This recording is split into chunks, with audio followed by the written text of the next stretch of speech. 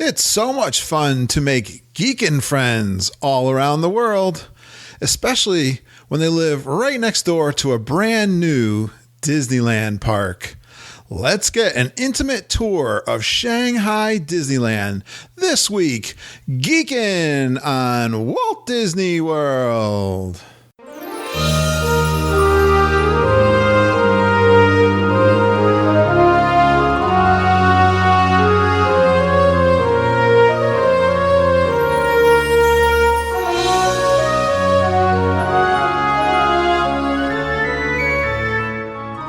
Are you ready for a fun-filled hour of food favorites, resort hopping, and hanging out with Disney World geeks?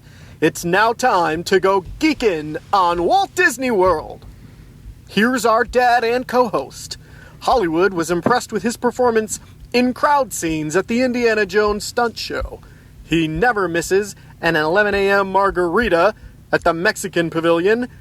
And Mike Wazowski is still raving about his performance as that guy over at Monsters, Inc. Laugh Floor. Ladies and gentlemen, please welcome Curtis Stone. Welcome home, Disney World geeks. It's time for episode 166 of the Geekin' on Walt Disney World podcast. I am your co-host, Curtis Stone, and we are the family-friendly father-daughter podcast that will feed your passion for Walt Disney World by sharing our experiences and opinions, as well as others from our community of passionate Walt Disney World geeks. Today's episode is sponsored by our good friends with Fairy Tale Concierge Travel Agency. Fairy Tale Concierge is an authorized Disney vacation planner agency. You know them as part of our Geekin family. It's Jennifer Glambos and EJ Cruz. When you book your Disney World vacation with them, you're going to get a professional travel agent, and they're really passionate about Walt Disney World. And do you dream and plan your next trip all year long? Well, they're going to talk and eat and drink Disney World all day long with you. It's so much fun to get on the phone with them and plan your trip, because you're going to get lots of great tips, and they're going to get everything done for you just the way you want it. When you work with them, they're going to talk with you whenever you want, from the very beginning during your trip, and who knows, you might even end up doing a trip report with us. So contact them now for a free, no obligation quote. And best of all, yeah, their services are free to you. Disney pays all those fees. So let's keep the trip bookings in the family and get all the details on our website, Geekin on WDW.com, and you can get all their contact information. Well, I first thought Shanghai and Hong Kong trip reports with Lewis Sutton and Tony Tovar. Well, Lewis is from Australia and Tony is from Shanghai. But I thought they'd be one episode, but it ended up turning out and being two shows. I thought we were going to record together, but hey, sometimes things just don't go as planned. But I think they turned out great, because that's how we roll. And guess what? You get lots of information from both Shanghai and Hong Kong. This one is going to be a real intimate review of the Shanghai Disneyland with Tony Tovar. Thanks again to Holly Burkcase for co-hosting with me. She got up early in the morning on this one because there is a 13-hour difference between the East Coast of the United States and Shanghai in China. I knew she'd enjoy learning all about the Shanghai Disneyland park, and she does a great job, and I thank you again, Holly. Tony is an avid listener of the show. He's an American living in Shanghai, and he's a teacher there, raising his young family. This really gets me dreaming of one day visiting the world and other Disney parks and meeting up with Disney geeks. It's so cool to have Geekin friends all around the world that maybe someday they can give me a tour or be my tour guide, personal tour guide through the parks. It's so exciting. Well, I hope you two dream of taking this adventure someday, but for now, let's enjoy Tony Tovar as he tours Disneyland Shanghai for us. Well, this has been fun, staying up late on a Friday night and getting up early morning so we could talk to our super geeks halfway around the world. But I have someone here on the Eastern Standard time zone with me, and she is here to help me out and co-host, because Lindsay, of course, is still down in Florida doing her college program. I'm giving her a couple episodes break, but let's bring on my co-host. She's a guest co-host today, and she deeply misses seeing the Dreamfinder character walking around Epcot. She's proud to say that she's rope dropped the Great Movie Ride on more than one occasion, and she was lucky enough to be the first group of guests to soar in the new Concourse C Soarin' Theater. She's one of our sweetest, cutest, smartest, and geekiest members of our Geekin family. Please give a warm welcome to Super Geeker Holly Burcase. Good morning, geeks. And hello, Curtis. Holly, thanks so much for hanging in there with me in under 24 hours. We're back on doing another show out across the world, which is really super cool.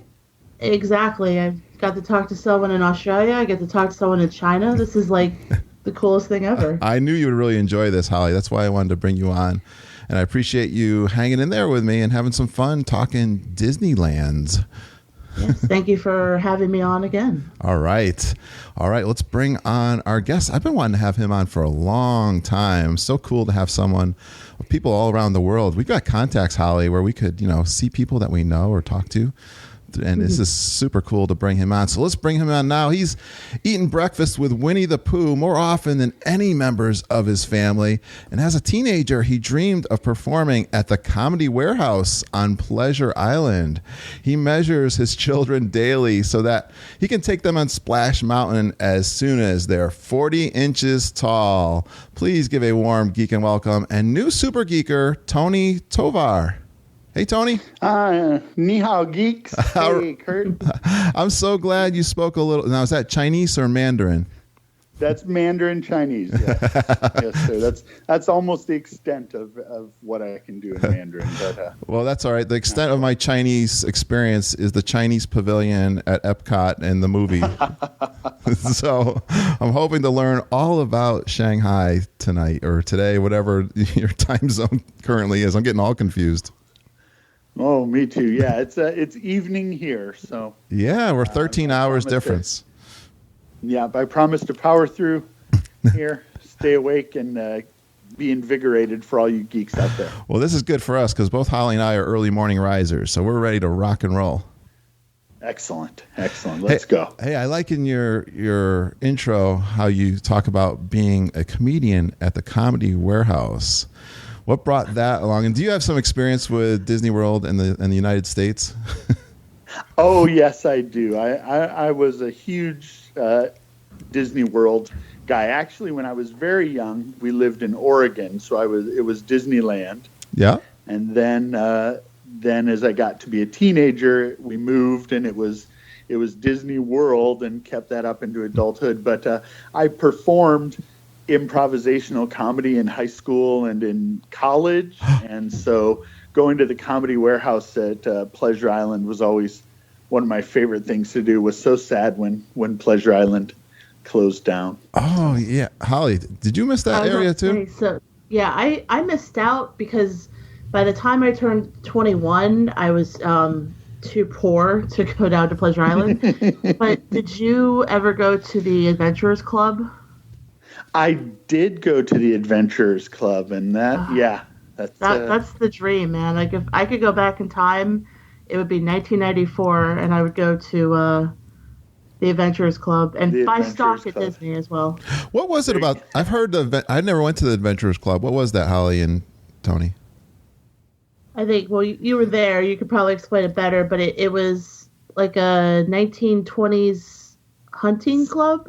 Oh, okay. Yeah, it was the style of, kind of these places in London or New York where, world explorers gathered together to share adventures about their travels and things. And so you would, kind of like the Streetmosphere characters.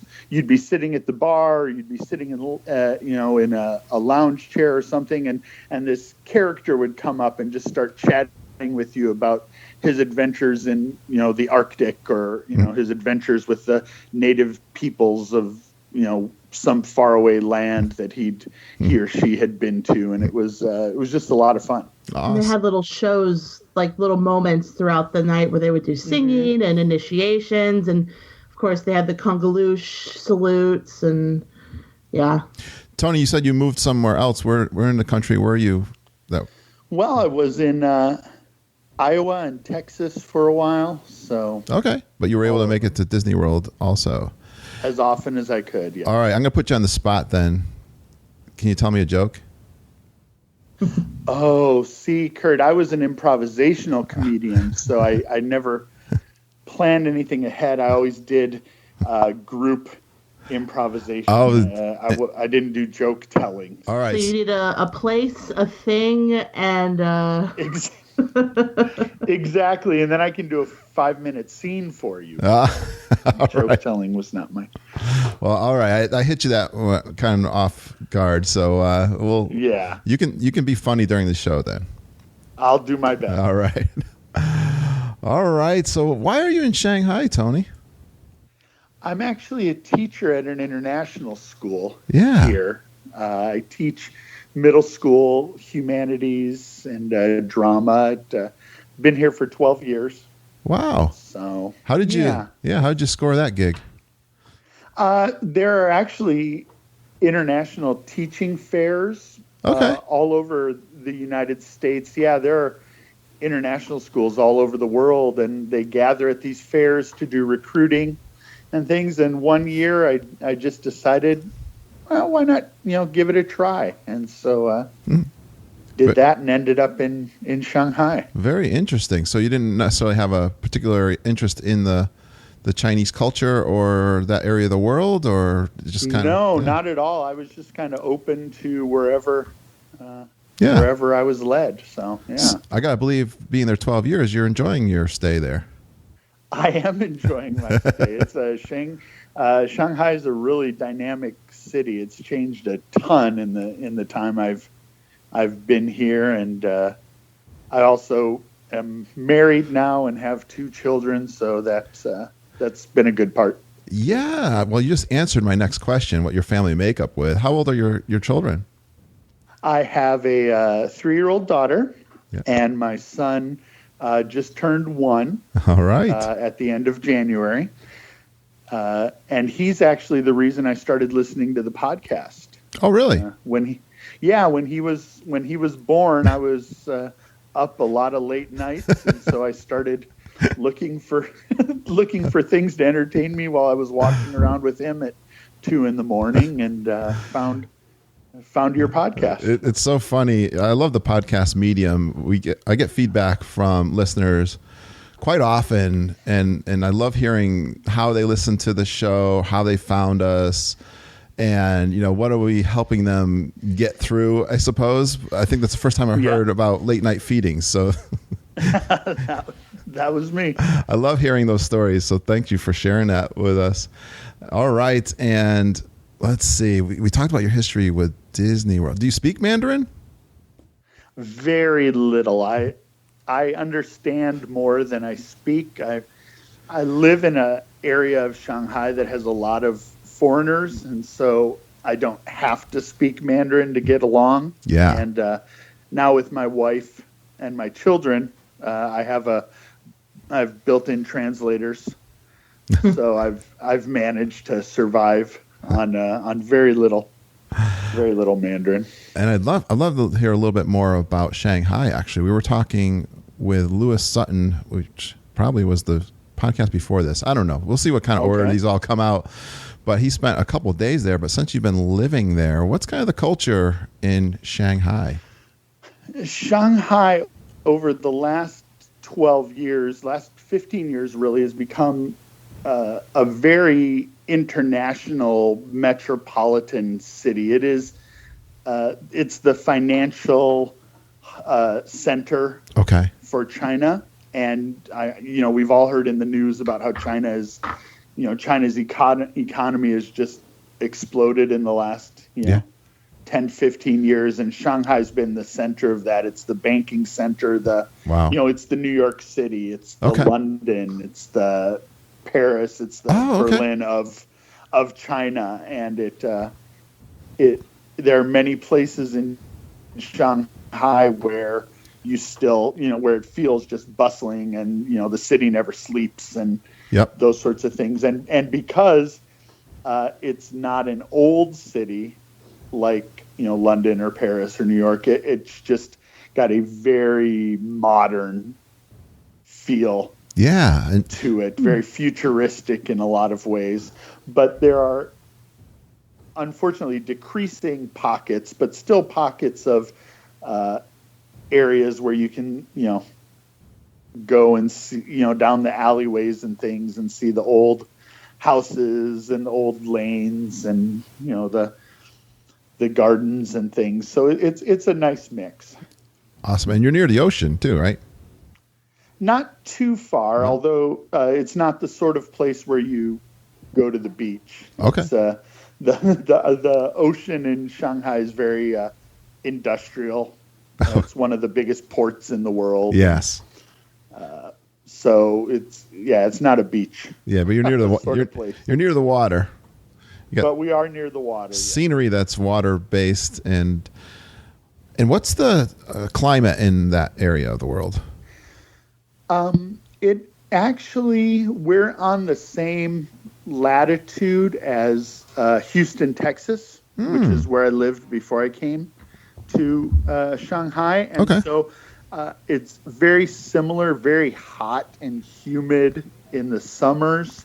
It stays pretty warm up, in the autumn. The big difference is it does get colder in the winter, I think, because of the different ocean currents we have. And so it does, it does get down to freezing and below freezing here. Whereas Houston, that doesn't happen so much. And then the spring, it doesn't get as warm as quickly. So we have very pleasant but rainy springs. And then starting mid-June, it gets unbearable. Well, with all of that being said, what time of the year you think, climate-wise, would be a good time to go visit Shanghai Disneyland? Yeah, climate-wise, I've been thinking about that. My thought would be probably either October, November would be very nice. Right now is not bad, if you don't mind a little bit of cold. What's the season right now? Is it we are in winter. Yeah, it is winter. Okay, same. yeah. So the high temperature today was around 50 or so. I believe. So it's been a fairly mild winter this year. Us too. I can't always say that, but in the 12 years I've been in Shanghai, it's snowed twice. So we get cold air, but we don't get a lot of snow and things. So winter's not bad, although the pollution can be rough. Ooh, in what way? What's the pollution? Is it air pollution, Tony? Yeah, it's the air quality. Yeah. I don't know what the geeks have heard about that, but in northern China, they still burn a lot of coal. And in the winter, the cold fronts coming from the north can bring that bad air to Shanghai. And so we have a good, like in the U.S., a lot of the big cities, we have the air quality index. And a lot of the big cities, 30, 40 is pretty typical. On a bad day in Shanghai, we can get over 200. Wow. Which is pretty smoggy. If you think about Los Angeles in the 1970s and 80s, that's kind of Shanghai right now. China's doing a lot to try to combat that because they do want to be seen as a modern country on the world stage, and so they're doing a lot to try and improve it. But we still get those rough days every once in a while. That's funny how you say that. I don't know how. I haven't been back to Los Angeles for about 30 years. I went out there on spring break when I was in college, and that was the one thing that really floored me to see. I remember standing on the beach at Malibu and looking out and seeing, I think it's Santa Barbara, you could see a ring around the city of smog and just disgusting stuff. And that kind of really, I don't know how cool these beaches are when you got that to look at. But, yeah, interesting. Exactly. So the one of the nice things about having Disney here is that the area where they built the park, they moved a lot of the factories and things because they didn't want that to be the visual. Yeah. So our air quality has actually improved over the last 2 years as they've prepared for the park to open and then the opening. So, it's been a nice side or fringe benefit for having the park here for sure. All right, Holly, I want to give you a chance. Anything from Shanghai or anything that we've been chatting you want to? If you were to have someone that said they wanted to come and do Disney, how much time would you say do the city as well as Disney? Okay. You could probably do Shanghai pretty well in 3 or 4 days, depending on how full stink you went, I suppose. Shanghai again is a fairly modern, newer city. It doesn't have the history of, say, Beijing, with the palaces and the temples and the things like that. So a lot of times when people come to China, they do what they call the triangle, where they'll do Shanghai, Beijing, and then Xi'an, which is where the terracotta warriors are. Okay. And so it's usually 2 or 3 days in Beijing, a day or two, in 2 days in Xi'an, and then 2 days in Shanghai. What about Hong Kong, though? Could you throw 4 in there with Hong Kong? Oh, absolutely. Yeah. And Hong Kong is a great town. I've visited there a couple of times, and it's a fun, super fun place to be. A lot like Shanghai, though, very modern. Yeah. How would you travel between all those destinations? You could. I fly, but there's a train that does. It's about a 2-hour flight from Shanghai to Beijing, but there's a train now that does it in around 6.5 hours. Okay. So. Yeah, like a train tour. Do that train? Yeah, a train tour of China. Wow, this is better than the movie, Tony. Yeah, the Circle Vision. This is better than Circle Vision, Holly. This is. Yeah, I haven't done that in a long time. Yeah. All right, let's get into Disneyland. How? Let's do it. And I love the way you did your trip report. It's not really a trip report so much as we're going to go through all these highlights in different categories. I love the way you put this out for us. And how often do you go to Disneyland Shanghai? Well, we bought what's called a seasonal pass. Disney had originally said they weren't going to do annual passes because one of the other things about Shanghai is it's a city of about 24 million people.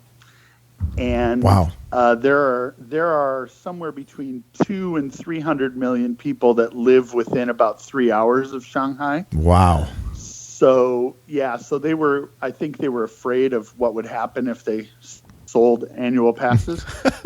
So they had originally said they weren't going to do that. And then there's a special shopping holiday in China called Singles Day, November 11th. So 11/11, 4 ones. Yeah. They call it Singles Day. And okay. Disney sort of it's kind of like Cyber Monday. Yeah. I guess. Disney blasted out this email that said, "Hey, we're doing these seasonal passes, and they're good from November 12th to the end of March. Okay. Today only." Oh, okay. And so my wife jumped on those right away. They're kind of testing it out. Yeah, exactly. Seeing how successful it was, I think. And so my wife jumped on that. We bought 2 adult passes and then 1 for my 3-year-old. And so we bought just the Monday to Friday passes. Okay. And I've been 5 or 6 times, and my wife and daughter have probably been 8 to 10. And how far are you from the park? How long does it take you to get there?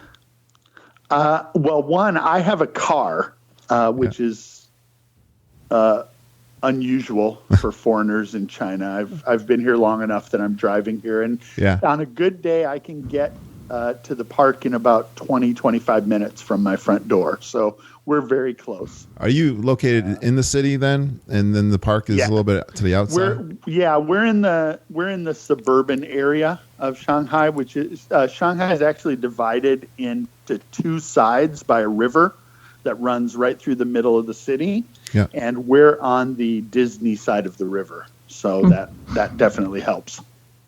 Nice. All right.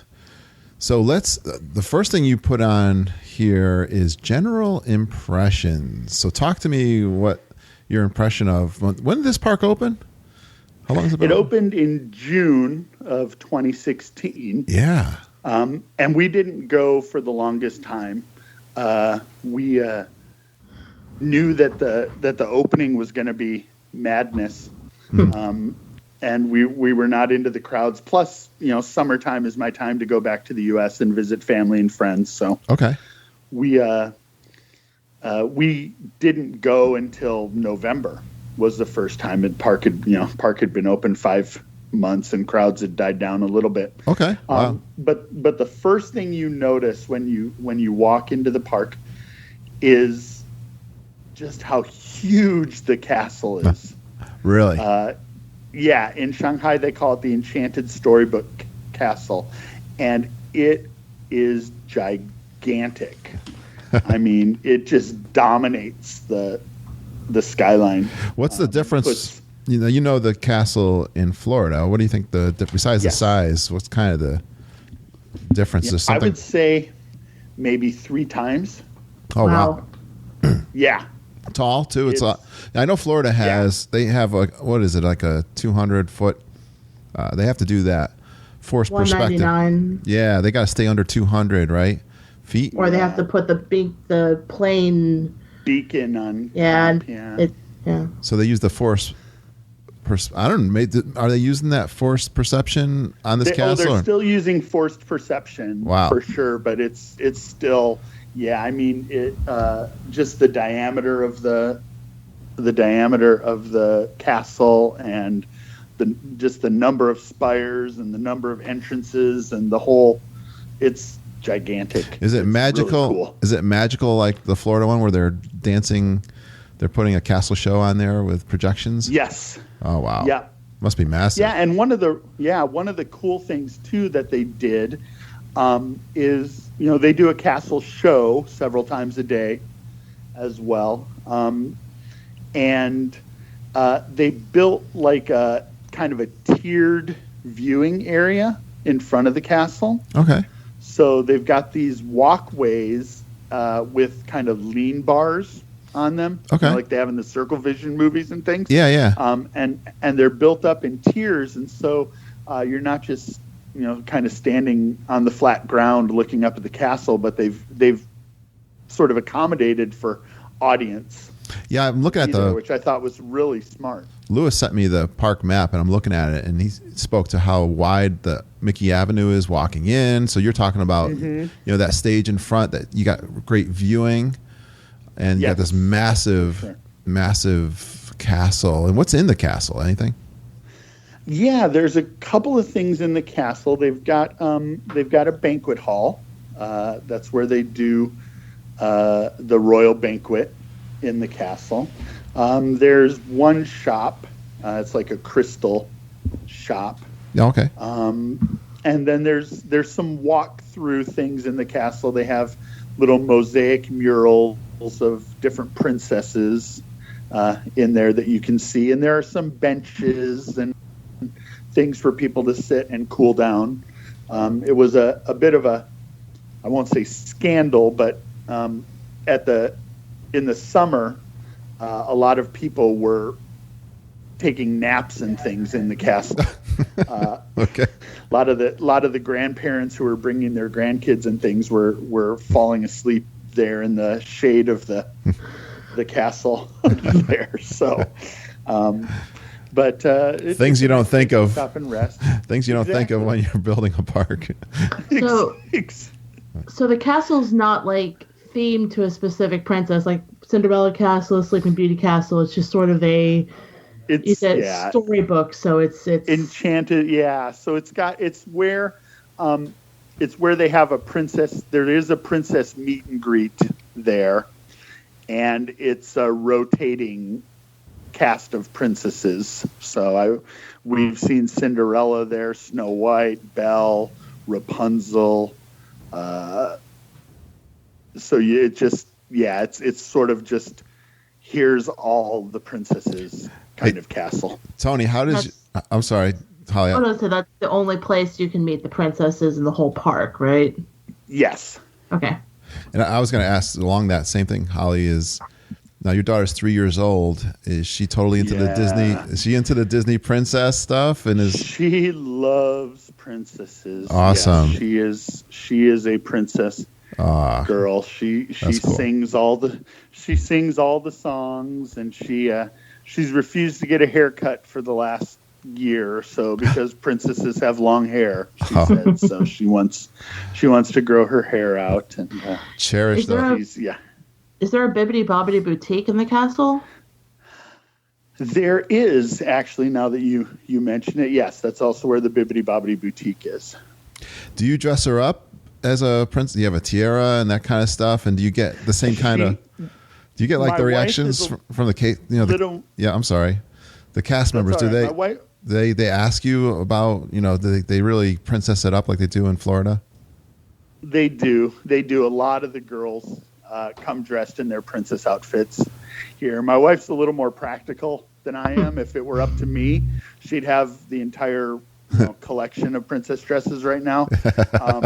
My wife has limited it to one a year, so she's got a couple of her favorite for a while was Rapunzel, so she's got the whole Rapunzel getup, and when she was younger it was Sophia, so she's got the Sophia, the first getup, but she definitely loves every week now it's a different different princess. She loves them all. So right now it's Moana. That's Moana. That's one of Holly's new favorites, right, Holly? Yeah. Oh. You gotta get to stateside at some point because they got a meet and greet with her that was fantastic. She was a good one to meet. Well, Holly, you made a special trip with your mom, didn't you? Just this past week or so? Yeah. I guess I'm kind of in the similar boat as you, Tony, in that I live close, not 20 minutes close, but so I understand the going down there for 5 to 6 hours and doing a little bit here and there, and then coming back a couple weeks later and going, oh, we didn't do that last time. But exactly. Yeah, I took my mom down. We got her an annual pass for Christmas, and she's from Hawaii, so she wanted to meet Moana. That was like very cool. Her thing, and like I said, I enjoyed doing the meet and greets, and actually on that, what is it like as an English speaker? I know your daughter's bilingual, but for you, what is it like to meet one of these face characters? Do they speak English as well, or Yeah, they're all English speakers, and I think they love it when we come up because they're of course wonderful with all of the kids. These performers, these cast members are just so lovely with the children, but they're talking, I think 99% of the day, they're talking with people who don't really understand them, and so they love it when my family visits them. All from what I've heard, because we have several Disney families at my school. Also, as they've come here, they looking for a place for their children to come to school, and so we have several Disney families at my school. And I've heard that the face performers are all from Orlando here on on a 1-year contract, kind of like the World Showcase. I'd say kind of like the trade. Cast members come.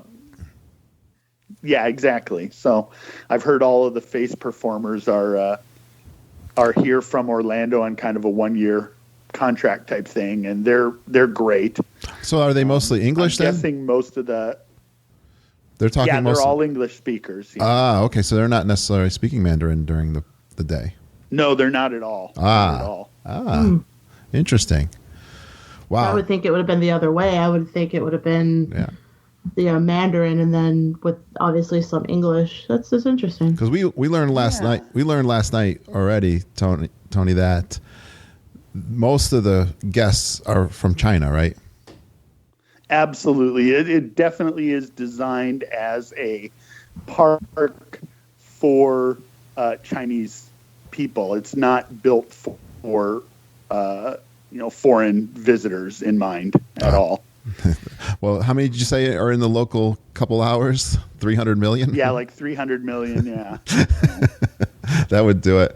All right, I'm going to take a little bit different direction as we move on here, and I want to know about the background music and the different lands. And, when you walk into a park, I think that's one of the things that most people love about the Disney World parks. Yeah, and it is one of the things that they did right at Shanghai Disney too.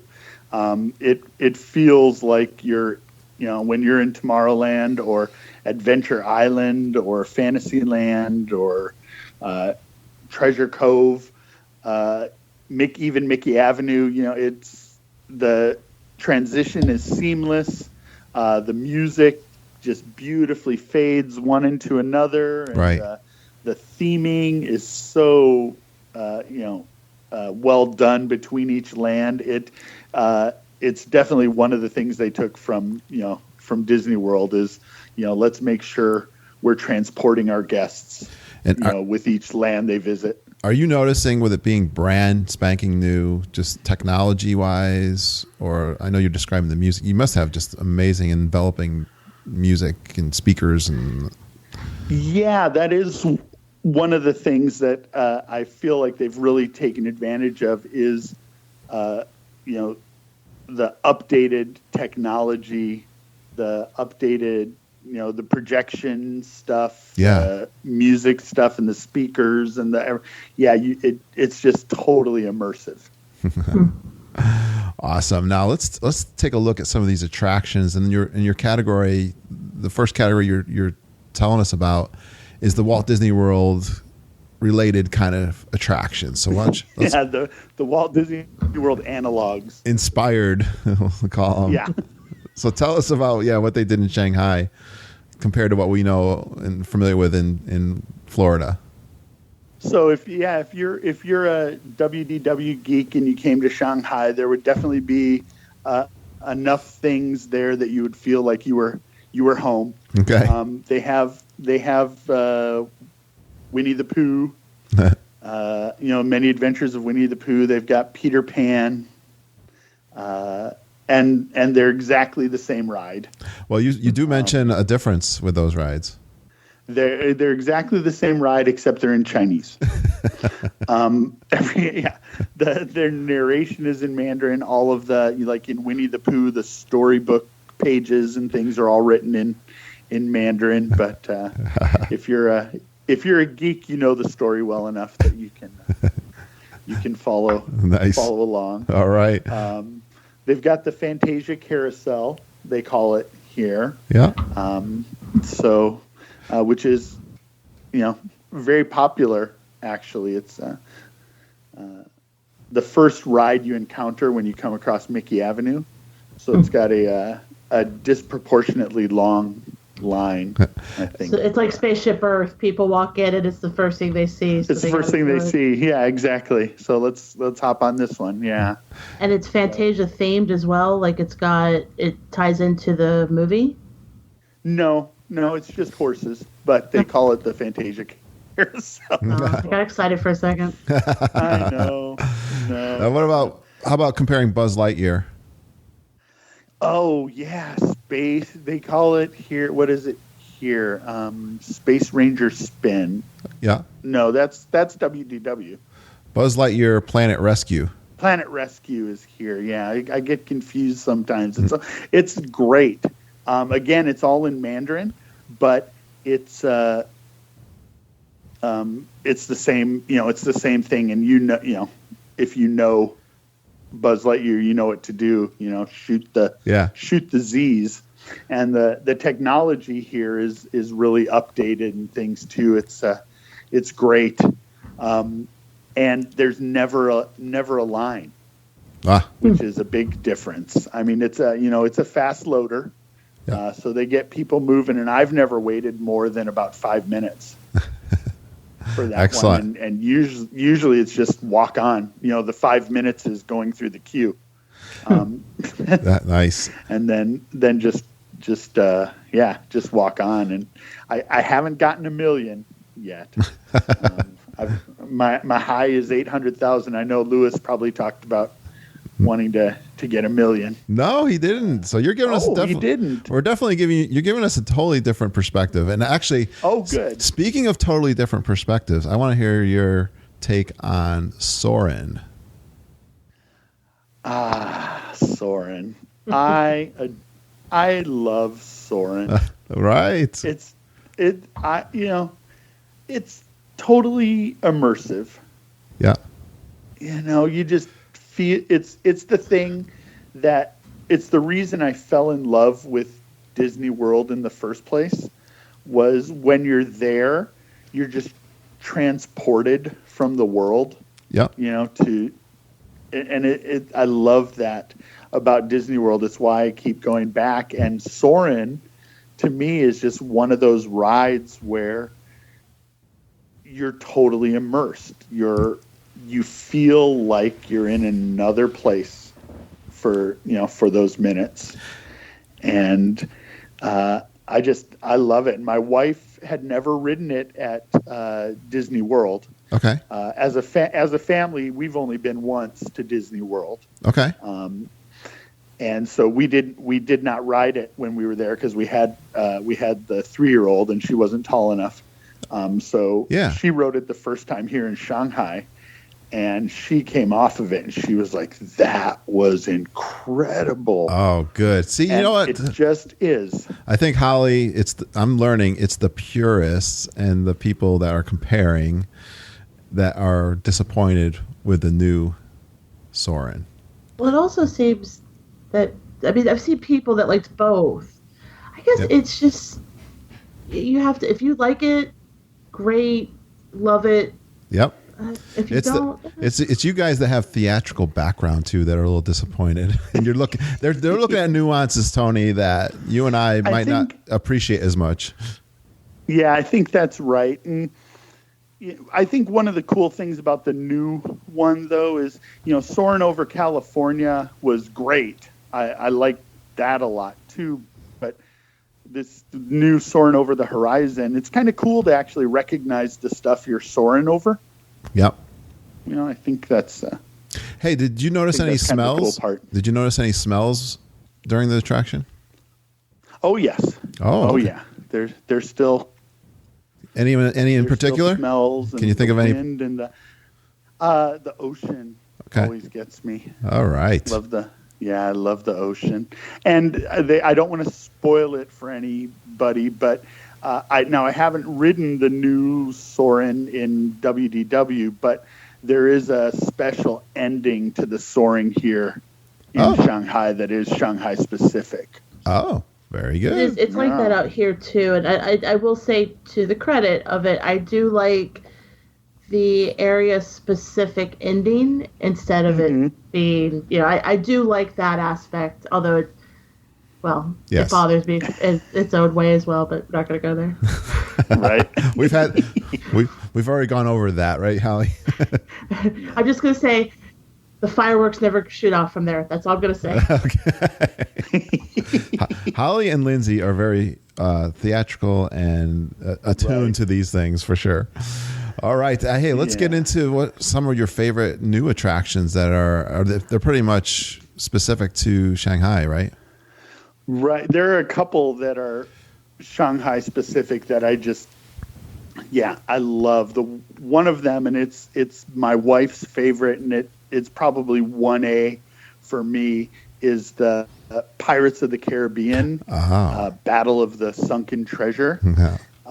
This is not, your Uncle Walt's Pirates of the Caribbean. Okay. I mean, Yeah. I had absolutely no idea what to expect when I went on, and it is not a boat ride through, with audio animatronics. It is a completely immersive experience with, projections and widescreens and just it's called Battle for the Sunken Treasure, and there's a part of the ride, again, I don't want to spoil for anybody, but there was a part of the ride where I felt like I was going underwater. Yeah. Like just the whole sense of the boat sinking was so real to me. I had to grab the side of the boat and I knew I wasn't sinking, but yeah, boy, did it sure feel like it. And it was just amazing. So it was great. And they do a couple of nods to the classic ride, but it is a whole new, that's cool, next level Pirates. Yeah. And is there any, I suffer from seasickness, and so and motion sickness. Am I going to have a problem on this ride? You might. Really? Actually, okay. Because I don't. Yeah. And I got a little dizzy. Ooh. In one part. I thought we were, good to know. Caught in a, yeah. Really, it is quite, and you're not, the boat's on the track and you're going along, but they sure fool you into thinking otherwise. The realism, sure. Awesome. Yeah, it's crazy good. Give us another one. The other one, of course, that everybody talks about is the Tron, light cycle power run, and for good reason. It's a pretty cool coaster. Yeah. If you're into coasters, it's plain and simple. It's a roller coaster. And in your description, you give something. You speak to something that Holly's interested. Holly, that you didn't really get answered from Lewis. Yeah, I had asked Lewis because my husband and I are fluffy, and I had asked him, did you notice if anyone maybe of a larger size had any issues with the ride? Because I do know, obviously, it has a very unique ride. Systems. It's not just like a roller coaster where you put the bar over you or a lap bar. And also, I was thinking, because it is a park geared towards a bit of a different audience, that they wouldn't necessarily make the rides as fluffy friendly as we have out here. So I was wondering if you have any, anything you could speak on that. Yeah, for sure, because I am also, of the fluffy variety. I'm not a small guy at all, and they definitely have, the ride vehicles and the ride systems are definitely geared toward the Asian, the Asian audience that they're definitely planning for. I've never not been able to ride a ride.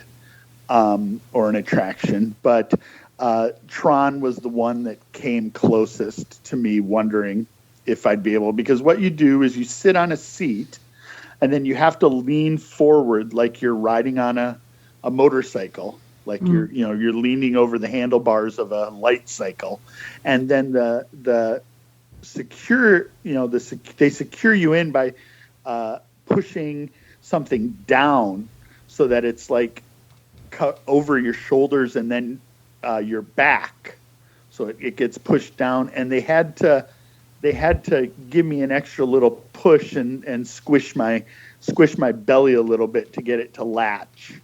So they were able to latch it, but I was a bit worried there for a second. It was a bit, like I said, a bit squishy on my belly. And then the other one that I didn't think about, but I've also got pretty big feet, and the way you have to bend, you kind of bend your legs back and you put your feet into a pair of kind of stirrups, and my feet almost didn't fit into the stirrups. They were almost too wide.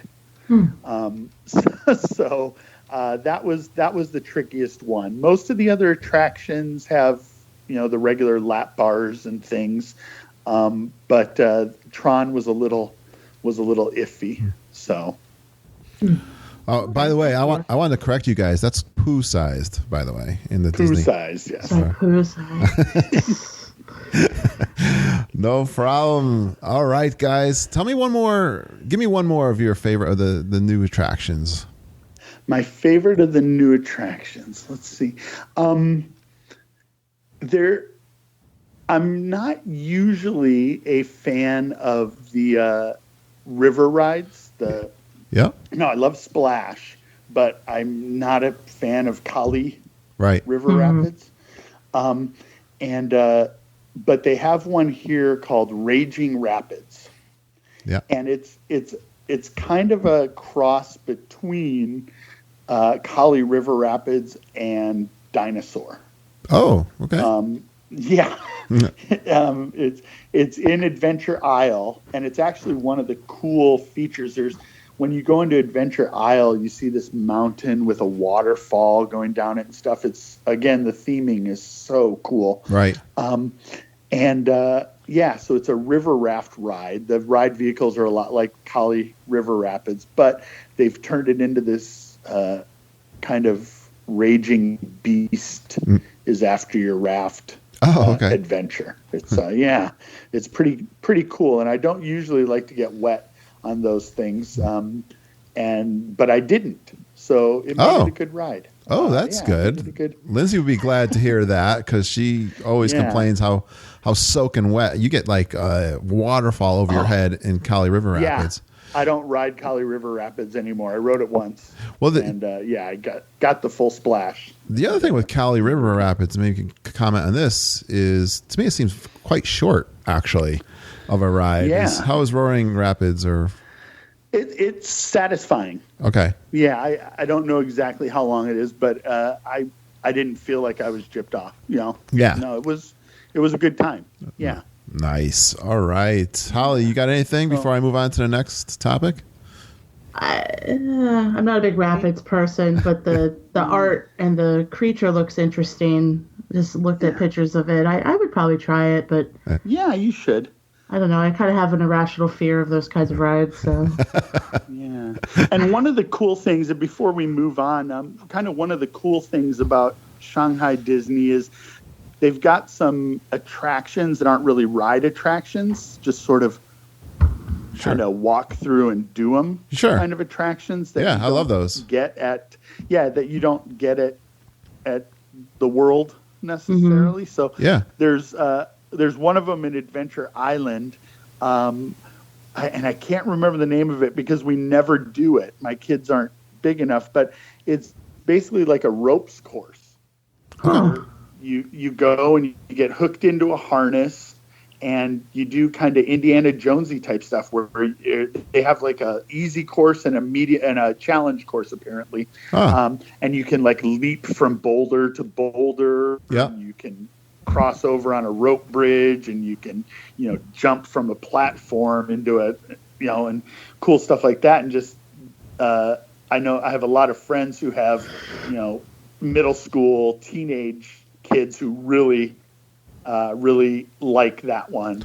That sounds like fun. Then they'll save you with the harness in case you fall to treacherous waters. Exactly. Nice. Exactly. There's another thing in the Enchanted Storybook Castle is a Snow White adventure. You basically climb to the top of the castle, and it's a walkthrough of the Snow White story. Oh. And you go from room to room, and in each room there's a little different scene of the Snow White story. And as they're telling the story, they encourage the kids. Like there's one area where, the woodland creatures again, and they say, wave to the woodland creatures, and you wave, and the creatures wave back, and stuff like that. And tell Snow White not to eat the apple, and and so they've got a few walkthrough type things like that are kind of fun and unique. Shanghai, I thought. You know what I'm thinking of as you're talking through this, and this is the common question is, how much time, if you're a visitor, do you need to see everything this is seeming like a very large park, Tony? Yeah, it is. But as I thought about it, if you came at the right time of year, you could do it definitely in 2 days. Oh, okay.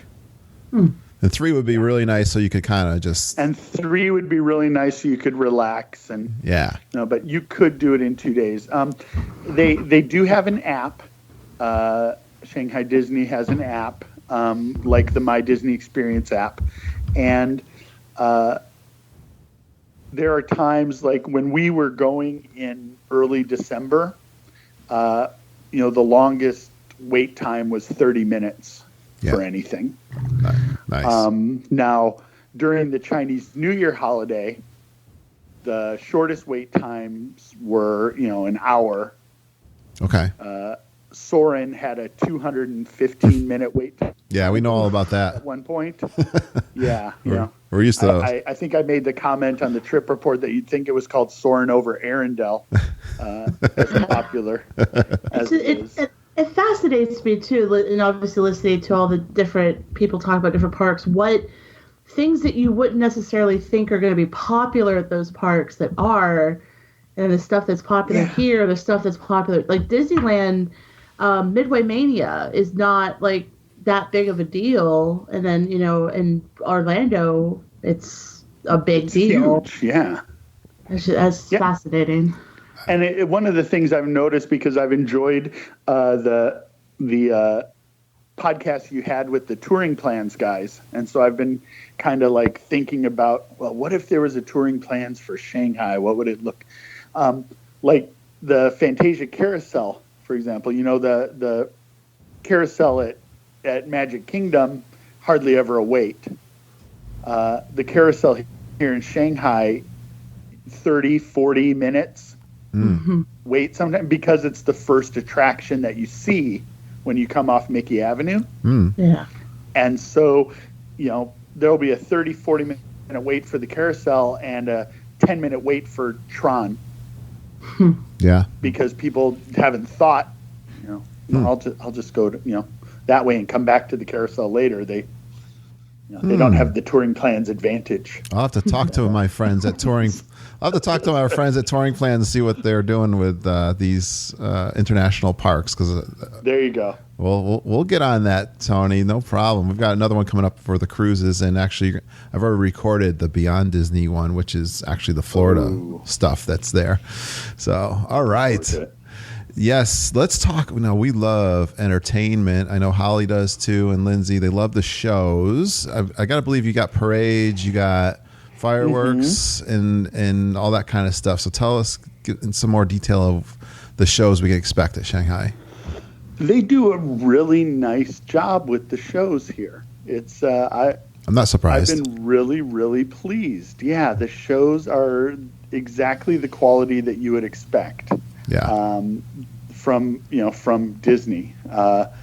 They're an interesting mix, and I haven't figured out what how to know, but they're an interesting mix of English and Mandarin. Okay. So when you go to a show, you never know exactly what you're going to get. My favorite is the Castle Show. Yeah.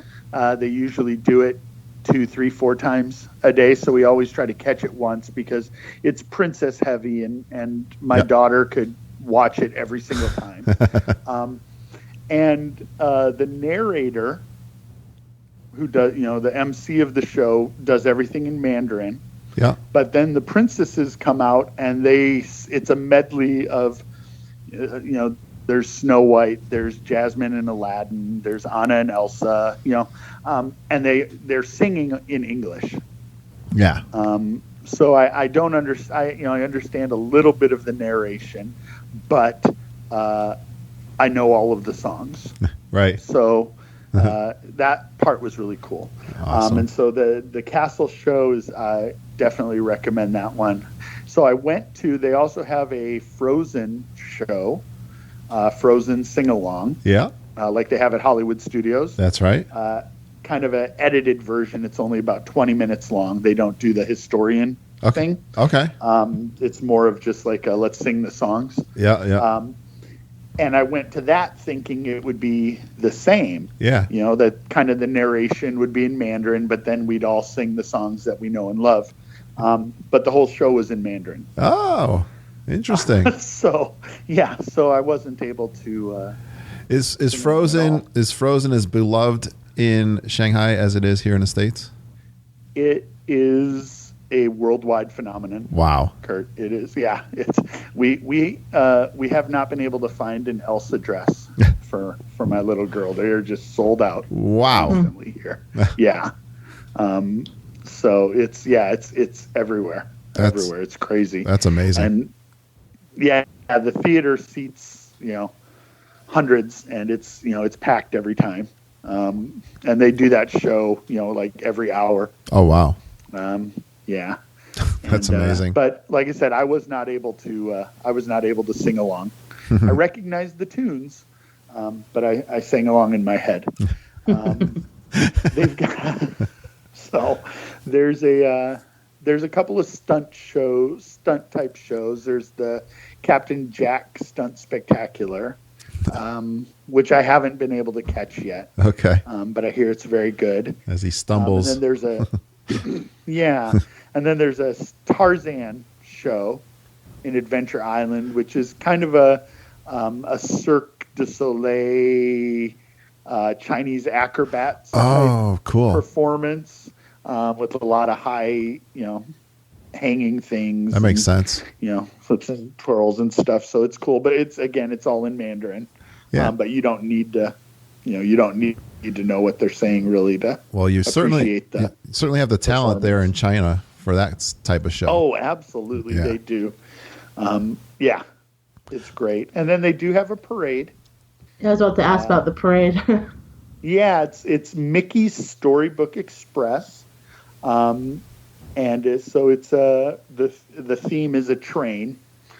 So Mickey leads the parade in the engine of the train, and it's the song not as catchy as the Festival of Fantasy parade song that is still stuck in my head. But the song is in Mandarin and English, and it goes back and forth. And you've got the cool, you've got the street dancers, you've got the floats. Again, very princess heavy. And some of I'd say the floats are maybe a step below what you see at Magic Kingdom. Oh, okay. They're not quite as impressive.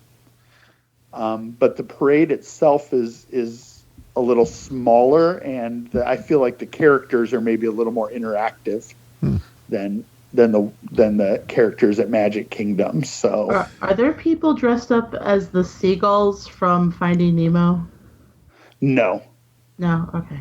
No, I thought I'd saw a picture of people dressed up as the seagulls, and I was like, not that I remember, because excuse me, the Nemo float is actually one of the particularly lame. Yeah, it's just a guy on a tricycle basically, and Nemo and Dory jump out of the water as he pedals the bike. It's not, yeah.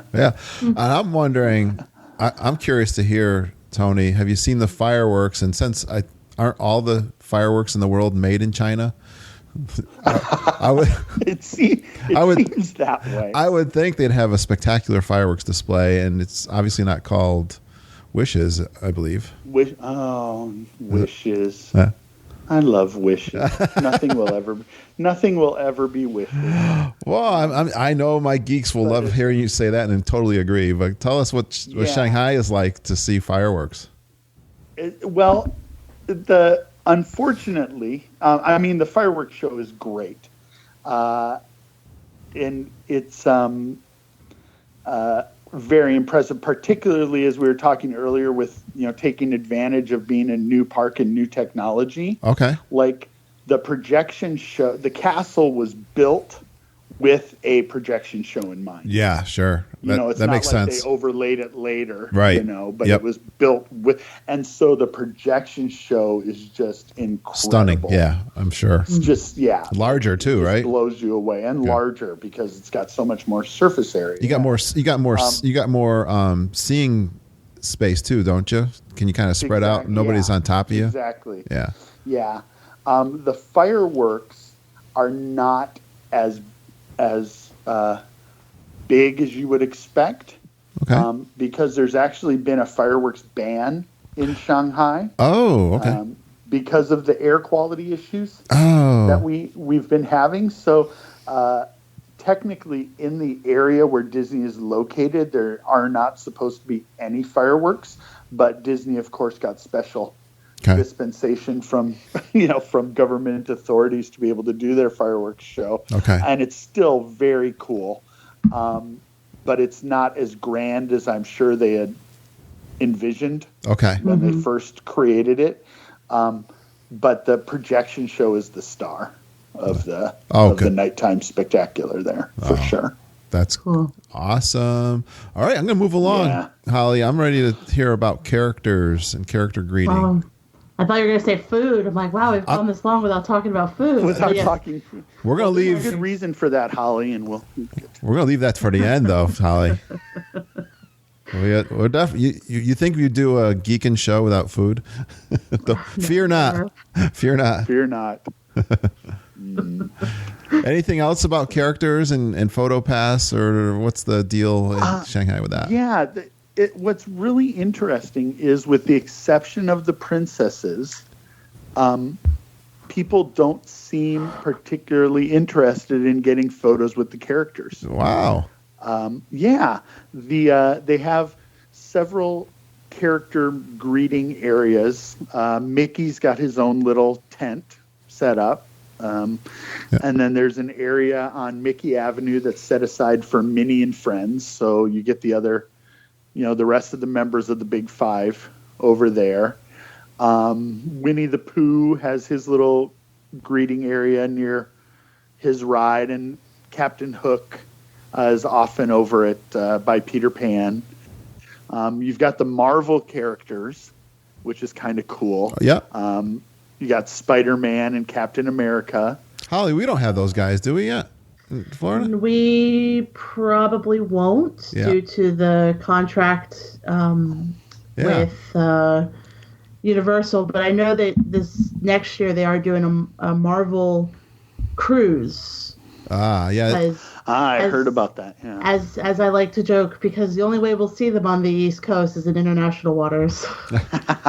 Yeah, there's something weird about that contract. It's weird that they got, like Spider-Man with Universal. Like, I don't really know the ins and outs of all that. The legalities there. Basically, like, they got all the big characters, and that Disney, that no park could use them east of the Mississippi. That's why out in California they have the meet and greets and all that. That's and obviously weird. The Guardians of the Galaxy. But there's some gray area because characters like Doctor Strange, Guardians of the Galaxy, the non-A team, if you will. Yeah, that's weird. They're like, do they fall under that or not? Because we did have a Doctor Strange meet and greet for like 20 minutes out at studios. So he got caught? And it just like went away. So it's one of those, like, was it meant to be long term, or did they just throw it in there and then wait until they got served with a notice, cease and desist? So Tony's saying if you want to get a short line for character meet and greets, go to Shanghai. Yeah, absolutely. Like I said, with the exception of the princesses. Yeah. I've never waited more than 5 minutes for a photo with a character either. There you go. So I don't know. Yeah. And one of the interesting things about the princess meet and greet, it's outdoors in one of the corners of the castle. And so the poor princesses are bundled up. They're wearing their winter gowns. But the way the queue goes is one day we saw Cinderella there, and my daughter was like, "Oh, I want a picture with Cinderella." And so we got in the queue, and the way the queue goes, the princess is actually out of view for a while. And when we came back around the corner, Cinderella was gone, and it was Rapunzel in her place. And so, we still got the photo, but she was a little disappointed. I know. I hate that. I hate when that happens. I know what you mean. Yeah. But that's the only time we've ever waited in line for a picture with a character. Nice. So, yeah, come to Shanghai. All right. And hey, one of the things we love about Disney World is the cast members, the interactions, and the service that the service that we love so much and is so recognizable in Florida. So talk to us about what you've noticed as far as the service and cast members there in Shanghai.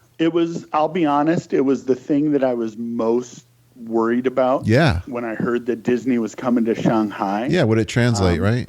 Yeah. Would it translate? Because there's a certain level of, because of this issue of face and saving face and not wanting people to lose face. There's a certain level of just kind of letting people do what they want. Okay. Because you don't want to embarrass them. Okay. That's a cultural thing. Yeah. Correct them. It's a cultural thing. Yeah. And so I worried about that. And it's in my 12 years here, it's the thing that I've most had to kind of fight my own biases. Yeah. Like, no, you shouldn't be doing that. But I have to say that 99% of my cast member interactions have just been exactly what I would expect from a Disney cast member at the World. Oh, cool. It's been the same here. The very first day we went to Disney, we had bought our passes online, and we weren't quite sure where to go pick them up. Yep. So we parked in the parking lot, and we were kind of looking around where to go, and we saw a window that said, group services. And I told my wife, well, let's go ask over there, and maybe they can tell us where to go at least. So we went over there and explained to her, we're here to pick up our seasonal passes. And she said, well, and she gave us the directions. And then she said, but since you're here, let me go ahead and print those out for you. Nice. Oh, good. And she did it, she did it right there. It was like I said, exactly what you would expect from, a cast member. Yeah. And, at Walt Disney World. You made me think of a question that Holly, you asked of Lewis.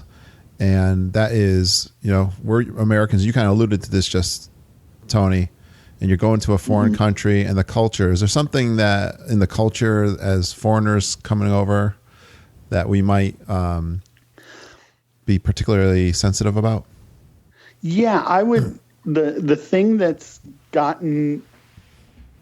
bothered me the most, that I've had to learn to get over, is just there's really no concept of personal space here in Shanghai. In what way are they close talkers?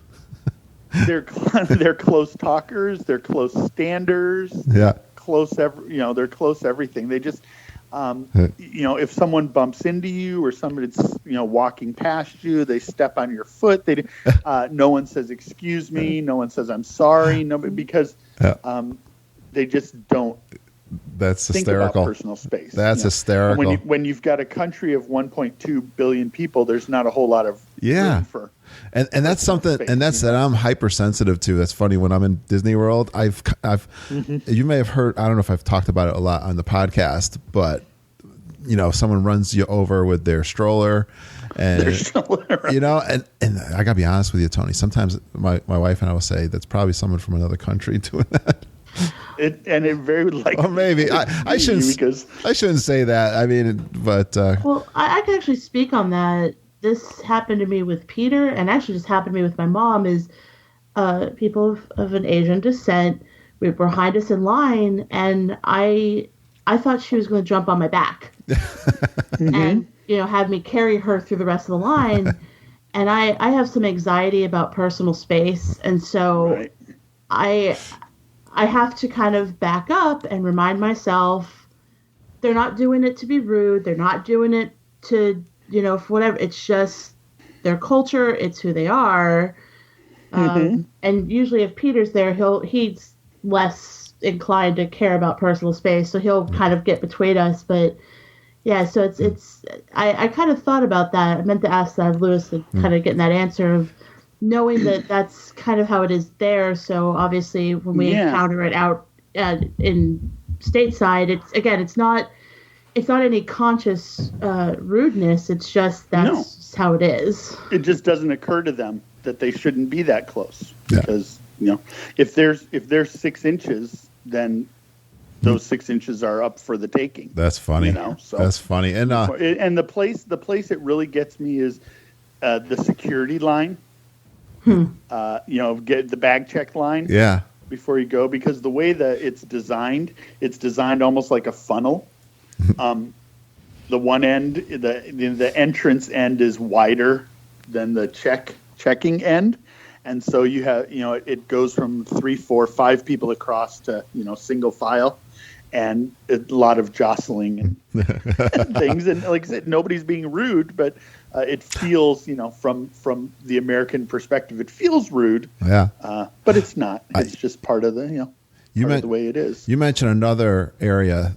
I know my mama would absolutely, she's hypersensitive to this, and it's the Chinese culture of smoking, right? The smoking, yeah. Unfortunately, Chinese culture is still about, 30, 40 years behind American culture in terms of smoking. Yeah. A majority of, more people smoke than don't still in China.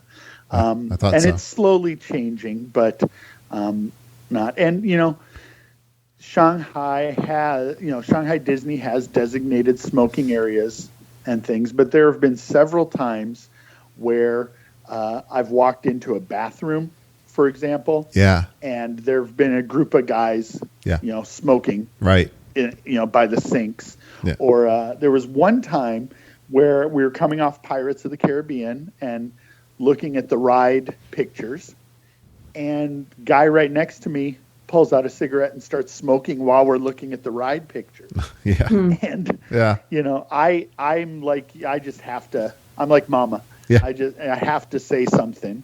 But what really bothered me, and again, it's part of the cultural thing, is there were cast members there who didn't say anything. Yeah. And so what I've tried to do is I've talked to, you're not allowed to smoke here. Please put that away. Yeah. And to their credit, they never argue. Oh, okay. They're polite in that way. They will. They're polite in that way. Because again, it didn't occur to them that they shouldn't smoke. Yep. Interesting. Mama's need a cigarette. Yeah. She's got she grew up with asthma, and that's been so it's definitely a sensitive area. I just don't like the smell. Yeah, I gotcha. And I don't want my daughter breathing it. So I agree with you.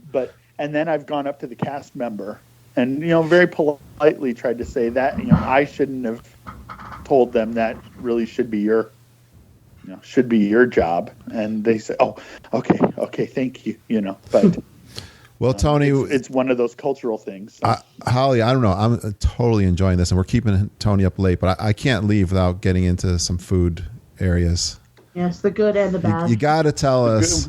Mostly the bad, I'm afraid. Oh, really? So tell us. Yeah, no one is going to be listening to this podcast wishing they'd eaten before, they'd listened. I think I'm trying to think what Lewis told us in that he basically ate quick service. He didn't do any of those big. We talk about obviously the sit down restaurants in Disney World and how much we love many of those.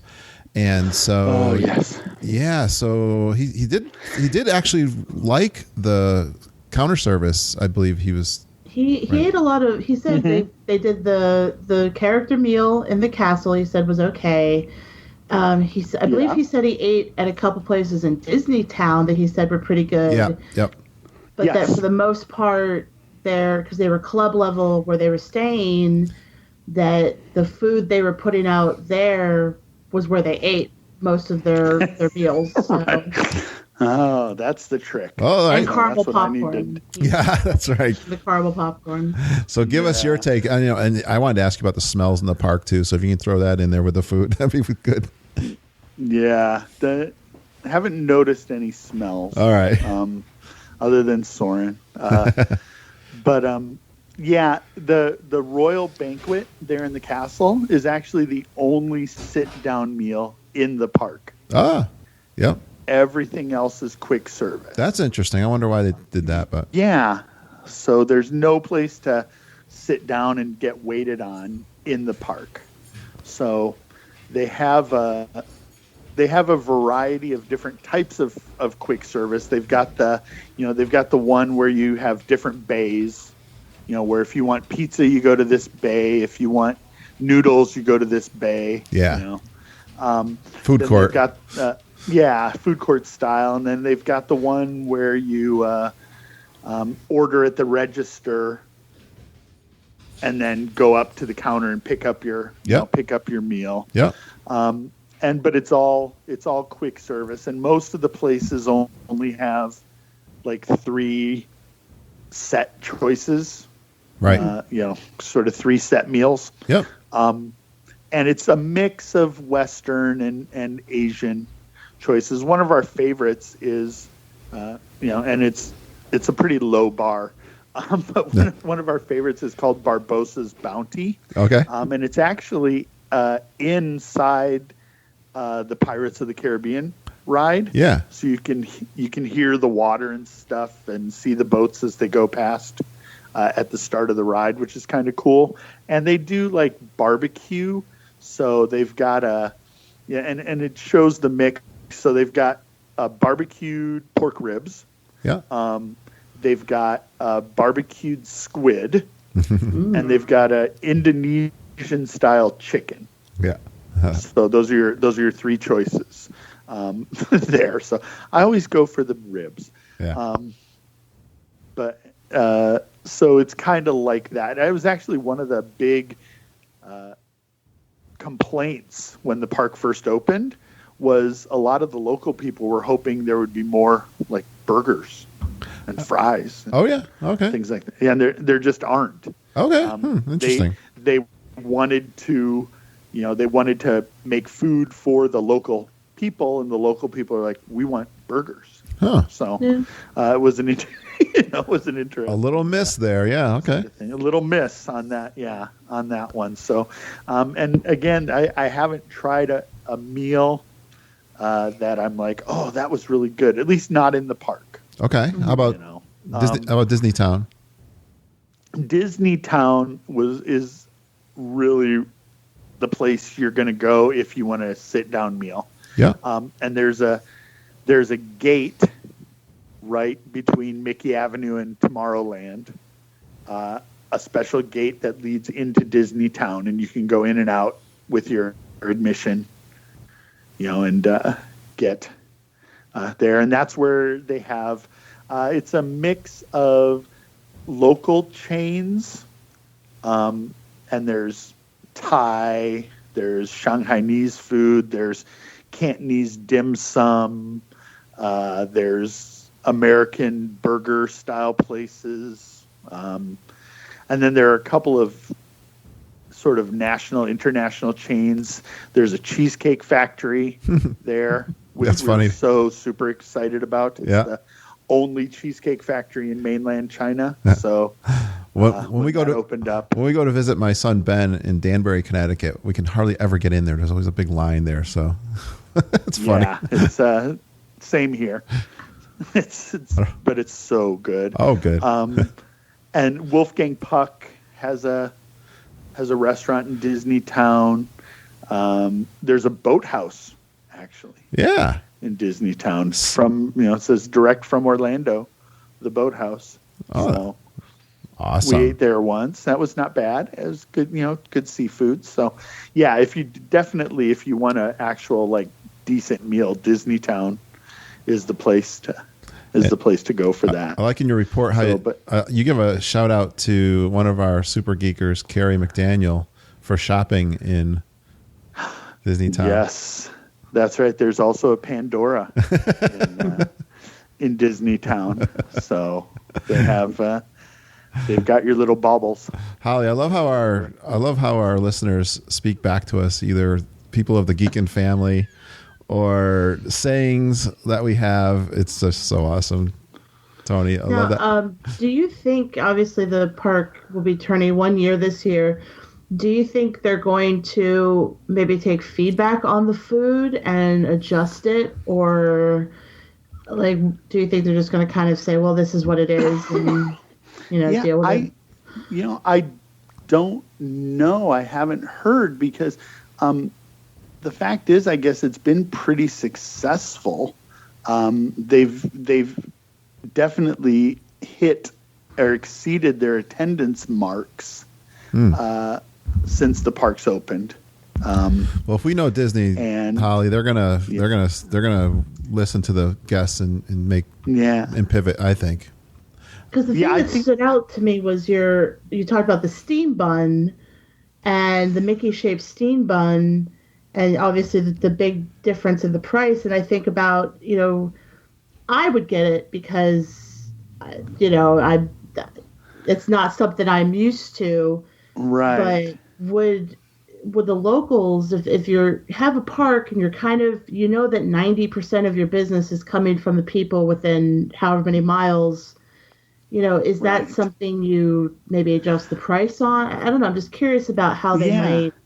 I think they'd have to, because for those who don't know, one of the things they tried to do is they make these steamed buns filled with either meat or vegetables, and they have a Mickey shaped steam bun in the park that sells for about 35 yuan, which works out roughly to almost $6, around $5.50. Yeah. There's a little restaurant about 3 blocks from my apartment that sells them for 2 yuan, which is like 30 cents. So Shanghai Disney did get the overpriced theme park food part right, but it's part of your admission. So nobody's buying them. So I imagine they would have to take that into account, because the other thing, a lot of people bring in food. Yep. They have a lot of areas set aside with benches or things, and you see a lot of people almost picnicking. And I don't know that when Disney made that rule that people could bring in food, that they were actually envisioning people bringing in like full meals, picnics, picnics and things for their families. They started doing that over here now, so it's not as. Okay. Yeah. I saw a guy with a full pizza from Walmart on the back of a stroller once. So I'm not surprised. People are trying to save a few. And how about your favorite snacks then, Tony? And anything sticks out in your mind?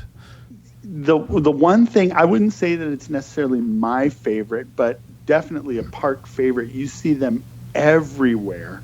Turkey legs. Park is and the turkey legs are so small here. If they tried to sell the turkey legs that they sell here in Florida, they'd be laughed off. People would laugh and say, "Where'd you get the chicken?" Yeah, right. It was just, but corn dogs. The corn dogs are so popular, and I've never seen corn dogs in China before. And so I guess it's one of those things they brought from Disneyland in California. Again, when you had the podcast with the guy, I don't remember his name. Guy Selga? Yeah, and he talked about corn dogs in California. I thought, that's why they sell corn dogs here. I think they got one now in Casey's Corner in Walt Disney World now. Well, they do the corn dog bites. They don't do the full. We don't have a cart. It's not a. Out in Disneyland, you have a cart where the guys dip in, and it's kind of like a fair. There's probably half dozen corn dog carts here. Oh, wow. Yeah, it's not as big a thing in Walt Disney World. Love them. Oh, that's great. Are they good?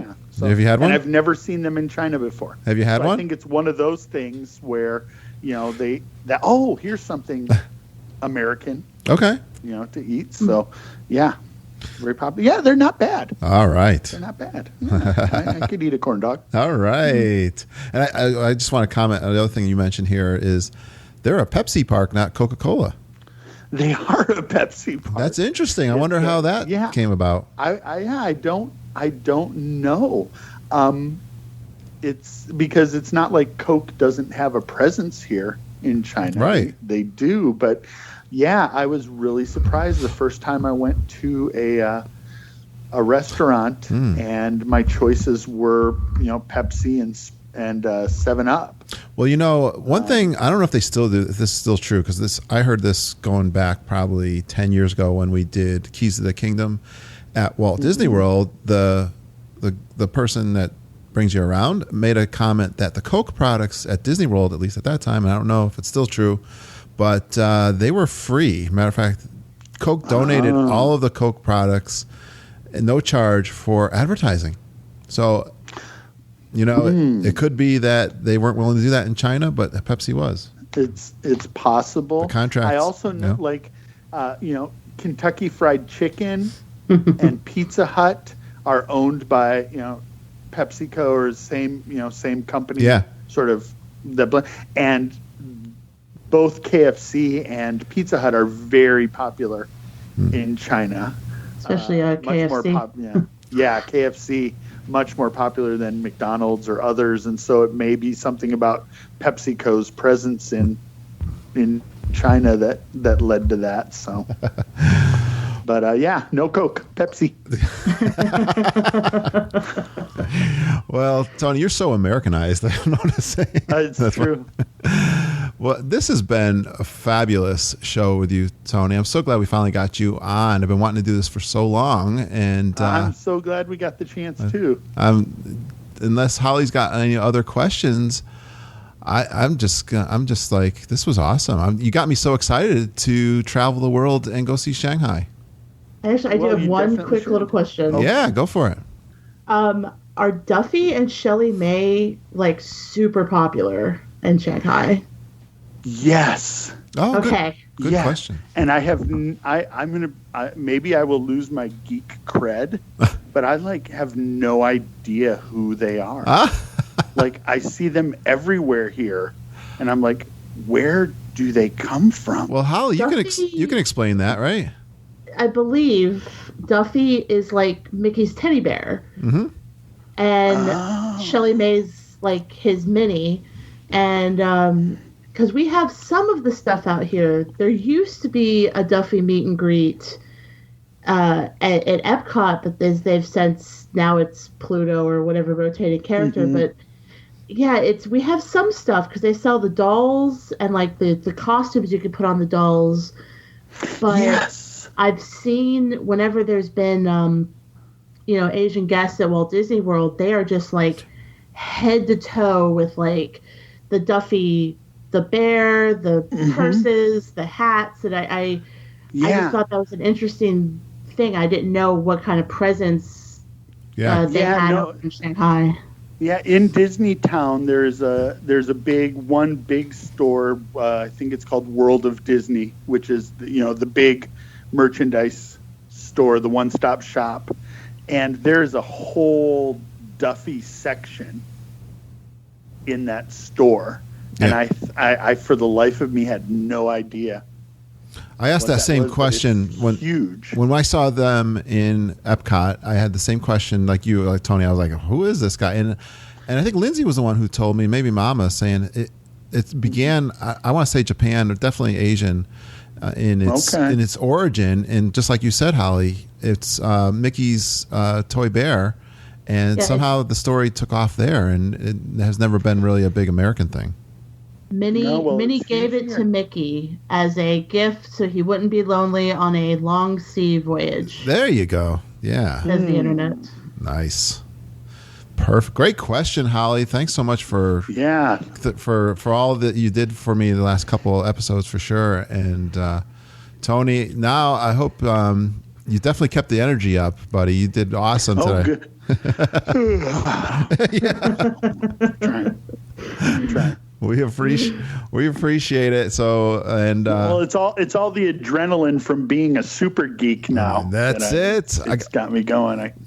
I'm so proud. You just reminded me. I got to get you in our Super Geek Facebook group now. I'll do that right now. Yeah. And we get off the phone and keep us updated on what's going on in Shanghai. And if you ever come back to another park over here, definitely get on our radar to do another show. I definitely will. Definitely will. Oh, awesome. And thank you for being one of the, I just looked up too. We have 499 downloads from China. So you're like probably one of 3 or 4 people that listen to our show in China. That's awesome. With 160 episodes. Yeah, in a country of 1.2 billion, that's not bad. I don't know what that percentage is, but you're quite unique, and we really appreciate you. We really appreciate you being a part of our Geekin family. Well, And when I appreciate everything you do. Thanks. when Toy Story Land opens, Curtis, you'll have boots on the ground there that can give you the scoop. All right. Yeah. Was that what they're building? What's the expansion there? They've already broken ground on a new Toy Story land. There you go. So that's when we'll have you back, and tell us when the food gets better. Right. I absolutely will. All right, pal. Have a good night. Awesome. All right. Thanks, you guys. See you, Holly. Thank you. All right. Bye-bye. Bye. Awesome. All right. That was so much fun with Holly and Tony talking all about Disneyland Shanghai. Now, the best part of this podcast is you, our listeners, our Disney geeks. I love it when you share your trip reports with me, and I hope to do lots of them coming up soon. But I want to thank you all for listening and all the amazing love and feedback you give back to us every day, especially how you guys are so highly engaged on our Facebook group. I want to give some shout outs to some action going on in the Facebook group right now. We are all so excited about our good friend and super geeker, Kevin Curtis Allen, who is on his way, as I'm talking now, over to Disneyland Paris. And he's going to meet up with Beth Jacob, who's going to be there. And I think even Michelle Young from the Disney Dream Girls podcast. And I'm hoping to see a really great picture in front of the castle there with all 3 of those super geekers.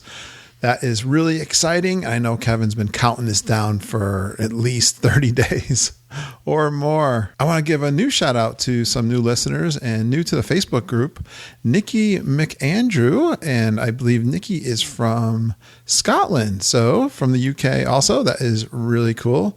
Welcome to the podcast. I know you're excited and you're getting lots of love from the geeks in the Facebook group, telling us all about your history with Disney World, and we want to know what you guys are up to, what you got for trips coming up, and if you have any questions, if you got any plans. So that is really cool. And also we've got a new listener, Linda Callahan Hay, and I believe Linda was brought in by Jeanette Lynn, and Linda is from California. I just learned we did a roundtable last night, and actually you're going to probably get double shout outs because we were talking about you guys then, but also that you guys met through the Disboards, which is a classic social media platform that has been around forever, and it's something Mama, I know, was always a member of and have met friends there. We had a cool conversation. They were talking about a good friend of ours, Scott, who is living down there now, and they all know each other from the Disboard. So it's a small community. It's a small world. We're so glad that you guys are having fun on our Facebook group. If you want to be part of that private Facebook group, you can search for Geekin on WDW in Facebook. You'll see either the page or the group. And if you like that, or ask for an invite to the group, is probably the best way. And then I'll probably friend you or message you to make sure you're a listener of the show and that you are a Geekin Walt Disney World fan. And I'll be sure to get you right in there. And I love it when you go in there and tell us all about yourself and your history with Disney World and what you got planned for the upcoming trip possibly too. Love it when you retweet our Twitter posts and share our Facebook posts. That is the best way. Tell your friends all about our show. It is growing so much, and I really appreciate you guys doing that. If you go out to iTunes and give us a 5-star iTunes review, that helps get the word out too and gets us showing up in all those charts in the iTunes list, which is really cool for me to see that. You can always use email to email me at kurt.stone@geekinonwdw.com. You can direct message me at geekinonwdw on Twitter. And don't forget, if you have a question or a comment for the show, you can call it into our voice recording hotline. It's called Geek Speak, And the number is 860-294-4774. Hey, if you're down in the parks and you think of it, give us a call and tell us something cool that's going on during your vacation. I'll be sure to include that in the podcast. And don't forget, if you're planning a Walt Disney World vacation, why not talk to our good friends and super geeks Jennifer and EJ with Fairy Tale Concierge Travel Agency. They're going to help you plan the best Disney World vacation ever. Hey, thanks for going geeking on Walt Disney World with us. We really appreciate you listening and geeking with us every single day. Have a magical day, and I hope all your dreams come true.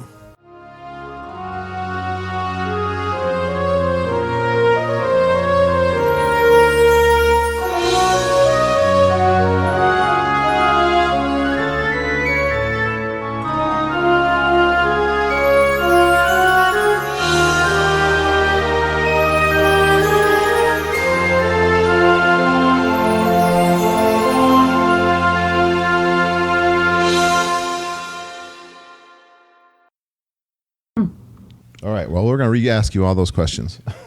Perfect. I just kind of didn't want to sound stupid and ask a question that you said, no, we don't go. Yeah. Yeah. All right. No, I haven't been, but I've read a lot about it. Yeah, right. All right. Awesome. So. All right. Just checking my recorder. I hear somebody crying in the background. Uh-oh, I was wondering if you could hear that. Yeah, I've got a 1-year-old son. Oh. Sounds like he and Mama are in a bit of a struggle right now. So. Well, listen, I'm not one to talk. I have background noise, as you know. So yeah. I don't, hopefully he won't come bounding down the stairs and that's all right. Burst into the room. So. You know what? I'm not worried about those sort of things. I get it too. It's all a community. I got the dogs fed at 7:30 instead of 8 o'clock. Mom's watching them in the other room, and but that doesn't mean we won't get disrupted with that. You know, as soon as a walker goes up the street, we'll hear them barking in the other room. Exactly. So it's all good. What else can I tell you? So we're just going to record. I'm not going to do an intro or anything like you'll hear on the show eventually, because I'll add that. I'm actually up now, probably 1, 2. This will be 3 episodes ahead. 4 if you count the live recording that's coming out on Monday. So. Oh, nice. So I'll put something more. When I do my intro, I'll try to do something that's topical for that particular week or whatever, and then. Awesome. You know, I have this in the can, so to speak. These episodes. Okay. I don't mind being ahead. And so I'll talk about Chinese New Year as if it were in the past. Yeah. When was that? Okay. Yesterday was the Chinese New Year. Oh, wow. Yeah, because I saw pictures. Disneyland was doing some stuff for it, and I think something had popped up on my news feed that they did a ceremony at Shanghai as well. Yes. Nice. So. Yeah, definitely talk to all those things. Sure. As part of the city and all that. Lewis gave us a little bit of that, but okay. No problem. Yeah, that's where I can definitely, hopefully, fill some things in and. Right. Holly, do you have any specific questions you're looking for, or? Well, other than the. I know the Tron one. The Tron question. But feel free to interrupt me. All right. You don't have to let me dominate, as I will. Well, and then obviously I want to hear what you like about Soarin'. Yeah. Okay. Yeah. Because we've had the opposite opinion already.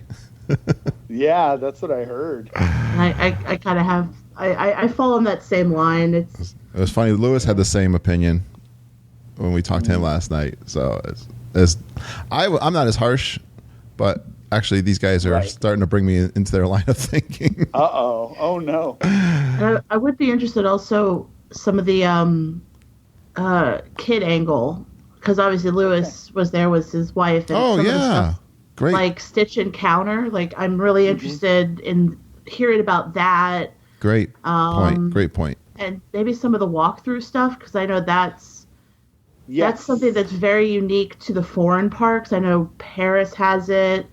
I was in Shanghai, and that's like the mazes and stuff that I know probably aren't very interesting to you, but I find them interesting because it's just something that I don't think they could ever get away with having stateside, because people would be like, I don't want to just walk through a maze. Walk through something, yeah. Yeah, it really is a unique part of it. And I actually, I have a 3-year-old daughter, and so she and my wife actually go more often than I even do. So, yeah, I can definitely talk about the kid angle and the walk through things and the just stop and visit type stuff. So I like the way you put, for sure. I like how you categorized your notes to me. So we'll go just like that. It's perfect. We'll go for that. Perfect. Yeah. Okay. I'll just follow that outline right along. I just want to check one more thing and then we're going to start.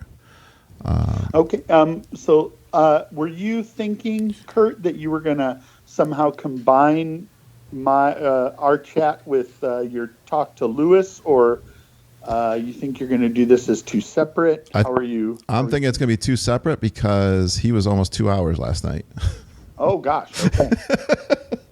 That's the main reason why, and that's total. Okay, then. Yeah. I will.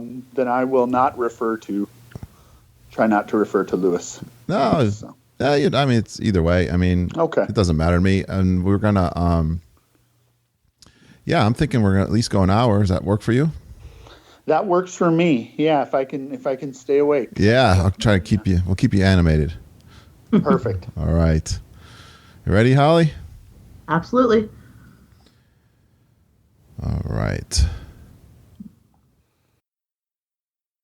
Wow. Yeah, we definitely got 2 shows out of that. Two episodes, Holly. I mean, it's not hard, It's interesting. It's Yep. Tony was awesome. Good job. And like I said, it was a great difference perspective. Yeah, different. Yep, definitely different. More immersive Glad on this to one. hear it. More immersive and more details. So that's awesome because Lewis had to speak of 2 trips too, and we were with him almost 2 hours, and we still, could have talked another hour. Scratching the surface. Yeah.